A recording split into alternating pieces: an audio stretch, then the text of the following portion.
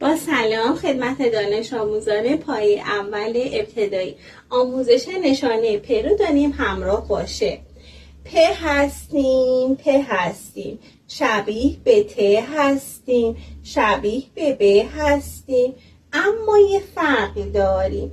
3 تا نقطه قشنگ به زیر پا میذاریم. در پسته و پرنده یا پاکت و پنبه پ غیر آخر میاد. پ غیر آخر میاد. هواپیما رو ببین، پ وسطش نشسته. پ غیر آخر میاد. پ غیر آخر میاد. منم پ آخر هستم. آخر هستم. آخر توپ هستم. آخر سوپ هستم. با دقت به ما نگاه کن. پ هستم، آی پ هستم. پ هستم، آی پ هستم. امیدوارم موفق باشید.